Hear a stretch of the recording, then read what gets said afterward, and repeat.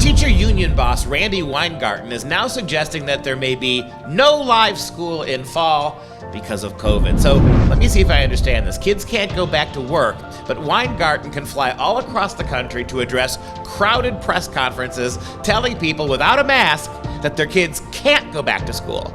Sounds about what you'd expect from a union. I'm Dr. Duke, she's Katie, and this is The Dr. Duke Show. Unmasked again.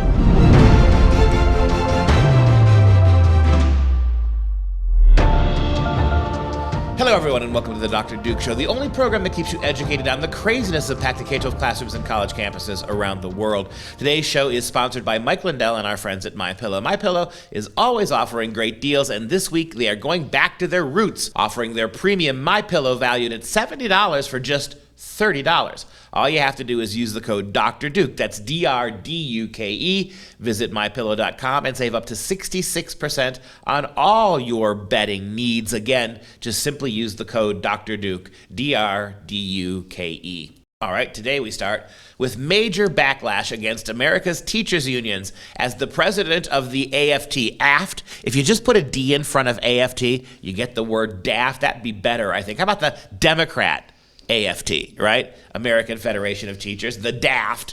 Good old Randi Weingarten once again backtracks on fully opening schools for this fall. Can't you see this nightmare unfolding in slow motion? We knew this was going to happen.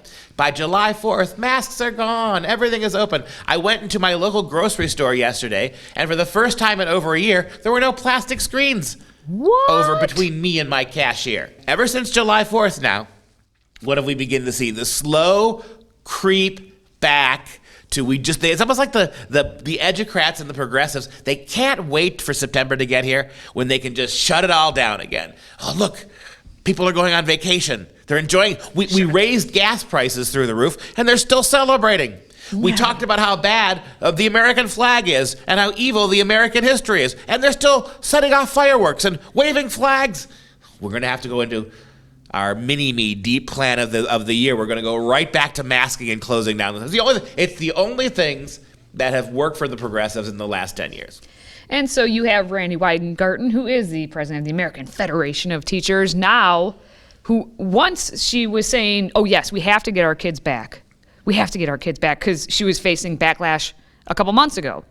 But now, because the CDC said, with this whole Delta variant and everything happening, well, should the kids go back to school? And if they go back to school, are they wearing masks? Randi likes to go a flip-flop, a flip it. Take a look. Well, vaccination is the number one gold standard that we need to, bring back our masks for schools.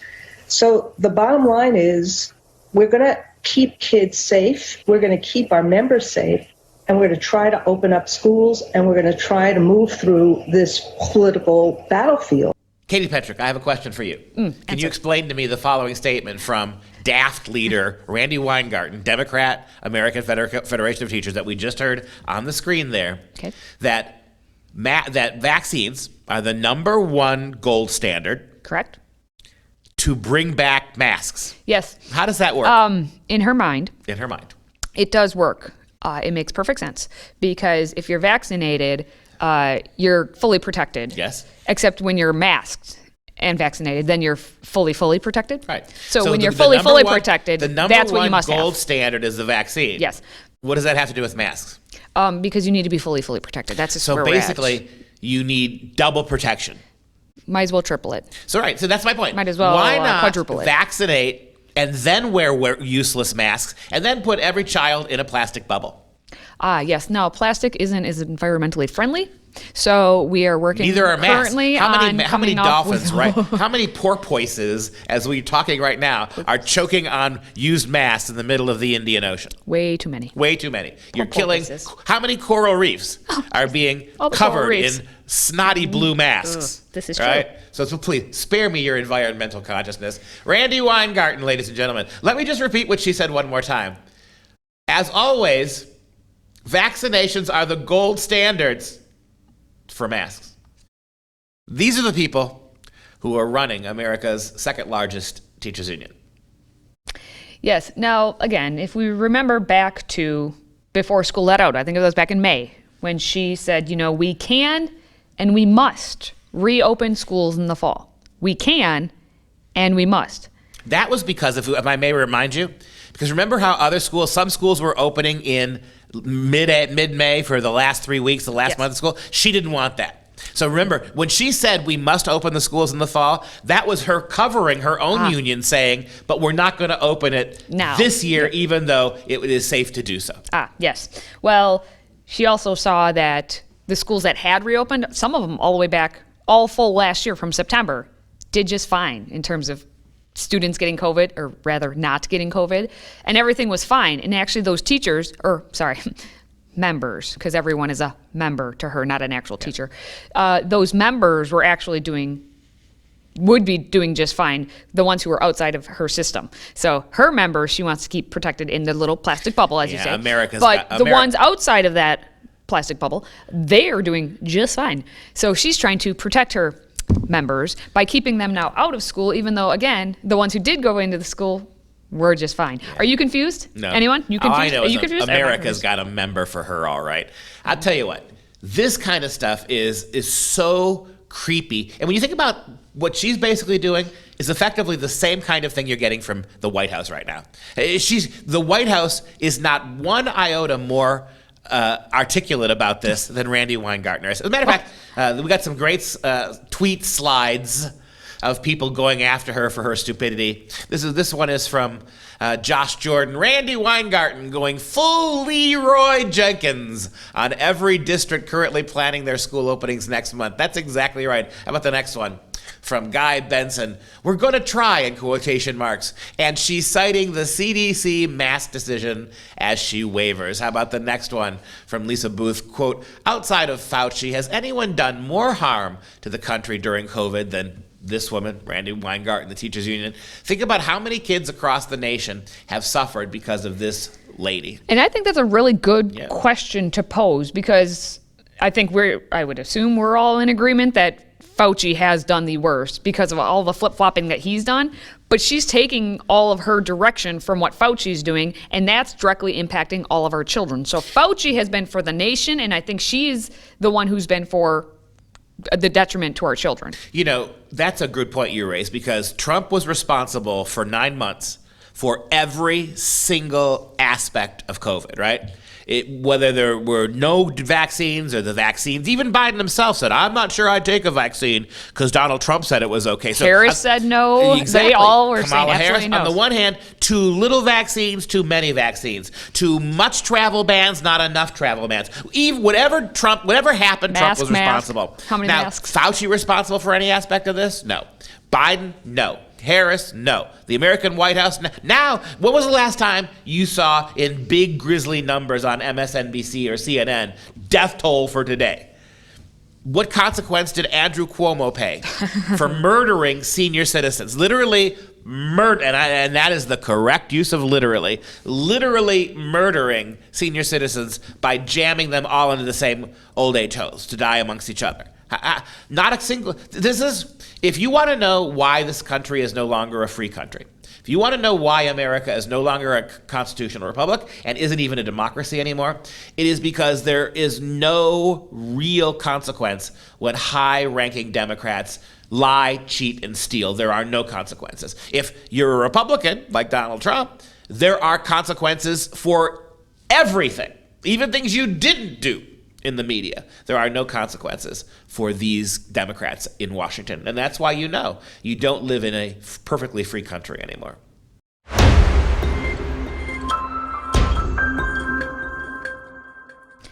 The school boards are burning down with the gasoline from critical race theory, but don't you worry. The opponents are rising up from the ashes, like the phoenix does. How do you like that one? Now, in Guilford, Connecticut, there were 5 candidates who were endorsed by the Republican Party who won their races for the school board. Ha ha, ha ha ha ha ha ha. They were endorsed by Truth in Education, it's a group, and they were selected from 8 nominees and defeated 3 of the incumbent candidates. So here's what's happening, at least in Guilford, Connecticut. You start trying to promote the critical race theory being taught in school, and you're a school board member, they're taking you down. And they found candidates who were opponents of critical race theory who just want their kids to learn to read and write and do math back in the day, like how we used to teach. Now, the Truth in Education candidates noted a lack of transparency and a failure to hear from parents and community members. And a talk back in June actually welcomed several hundred people to hear about what's happening in their schools. That talk was co-sponsored by No Left Turn Connecticut. It's a group, obviously, doesn't want to take a left turn, if you know what I'm saying. And Truth in Education's goals had stated that they want to end critical race theory indoctrination. They want to embrace capitalism. They want to explain explicitly that systemic racism is a lie and does not exist in America. And they want to energize patriotic education. Now, back in the day, that was called just being an American. Now, this is kind of a big deal because this isn't Nebraska or Oklahoma. This is Connecticut. And as we all know, Connecticut is the sweaty armpit of New York, right? It's the preppy sweaty Oh, see, I was going to say Massachusetts more of like they kind of because it kind of looks like the arm. Just it's there. Just but the think shape. About it. I'm Where do all those idiot late night talk show hosts live? From David Letterman. Well, they all have their they're from Connecticut, right? So Cape Cod, Connecticut. Connecticut really is it's not really a state. It's a sweaty, preppy bedroom community for Manhattan is what it is, without the stupid accent. And so that's what you get. And when this is happening in Connecticut, when school boards are being swept of progressive educrats and being replaced with actual moms and dads, this is not a canary in a coal mine. This is a great big California condor choking on the gases in a coal mine right now. This is a big story when you stop and think about it that way. There's so many C words we've been throwing out there. Condor. Now, the same talk that they had, again, think about this. You can do this, mom and dad. Get together with your neighbors, your friends, the community members. You can have several hundred people show up in a room to hear about what is happening in your school, too. If they can do it, you can, too. But you might have the protesters, the 30 or so, as the Guilford people had, 30 people who stood outside who were wanting to support teaching of critical race theory, of the equity is what their little handmade sign said.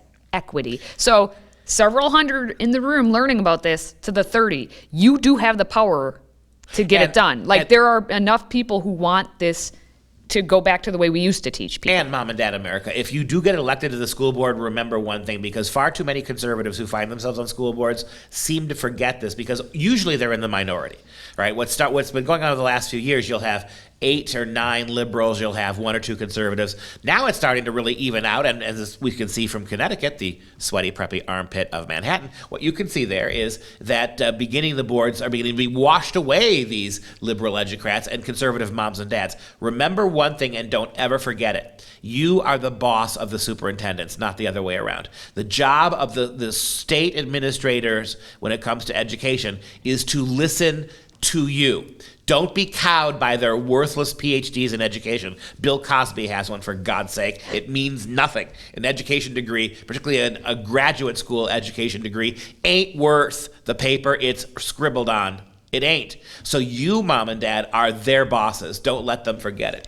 Dr. Jill Biden would disagree. But speaking of the Guilford superintendent, the new board members will be in charge of this man named Dr. Paul Freeman. Ooh, he's a doctor, of course, who's denied that they're teaching critical race theory. He says, we are working in Guilford schools to be more equitable in our practice, to embrace diverse text in our classrooms, to diversify our teaching ranks, to address difficult historical events honestly and openly, and to ensure that all children feel heard in their schools. If you are using the word equitable, there it is, then you are doing critical race theory, because equity and equality are not the same thing. Well, yes, and of course, last year they actually began a curriculum audit, which included being prepared to hire an equity liaison, who would coordinate an effort with other school districts to bring more teachers of color into the schools. So there you go. It's not bring more teachers who are the best qualified. No, or even accredited. Just black people standing in front of the based class. on your,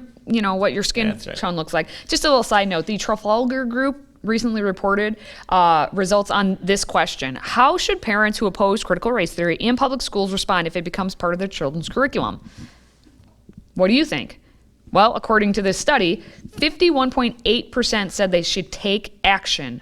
So mom and dad, Take action. People are telling you, take action. 27.7% say remove your kids altogether. Yep. And then 24.1% say take over the school boards, and that's what they're trying to do, at least here in Guilford. Look, if you can't defend your kids from critical race theory, there could be the most tigery tiger standing outside your kid's bedroom door waiting to eat them. That's not a bigger problem than critical race theory. I mean, it's just not. You have a serious problem here. The hearts, minds, and souls of your children, not their bodies, although they're in danger too from these public school idiots. But the hearts, mind, and souls of your children are being compromised and corroded and become wickedly anti-American, anti-liberty, anti-freedom. So what's going to happen? He sent these kids to your school. It's not maybe, it's not if, it's not when, it won't happen in our school. It will happen to your kids starting this September. Get ready now.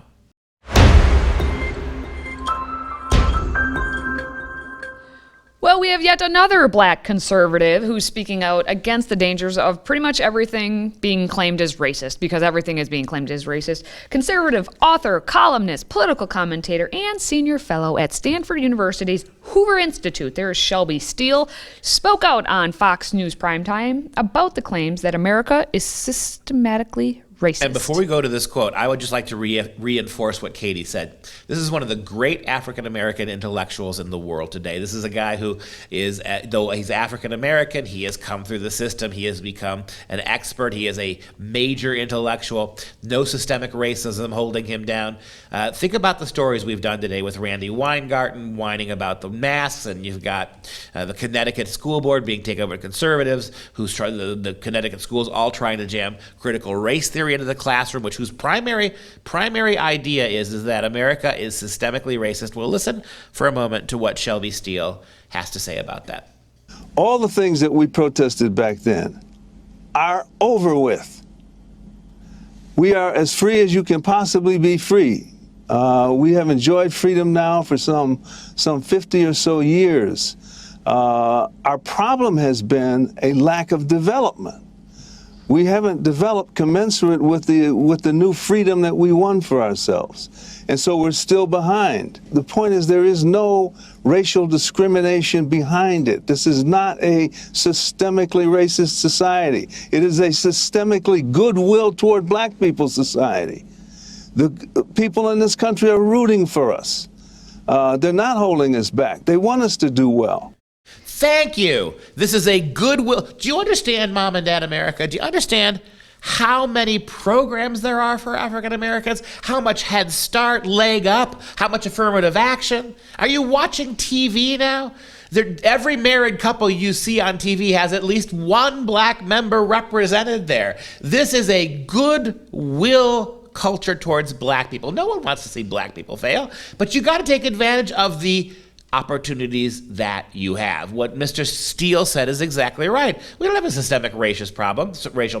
We have a we haven't kept up problem. We haven't maximized our many opportunities the way, say, the Asian immigrants in this country have done. So, so simple.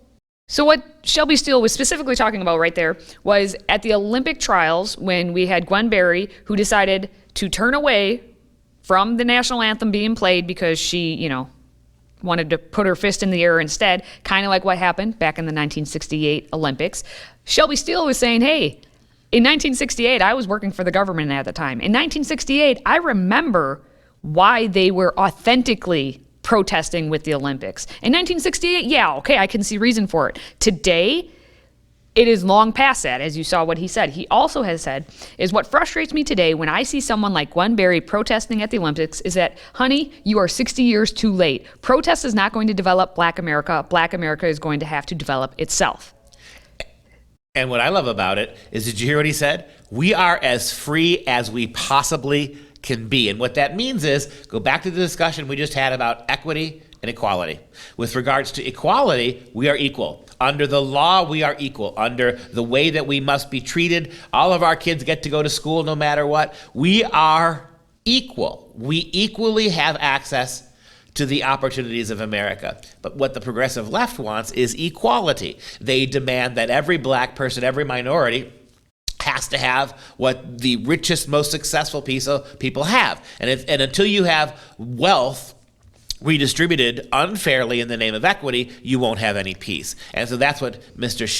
Steele is so clear about. We are as free as under a constitutional republic you can ever be. And again, you have to remember that Shelby Steele lived through segregation. He lived through that time. He actually said how he is a grandson of a slave. So if you want to talk about reparations in this country, you could directly link his. And he's not saying, give me all the money. He's saying, Black community, rise up because you are free to do so. And that statement, this is a white people are rooting for us statement. It's something I couldn't get away with saying, something you couldn't get away with saying. Shelby Steele is allowed to say it.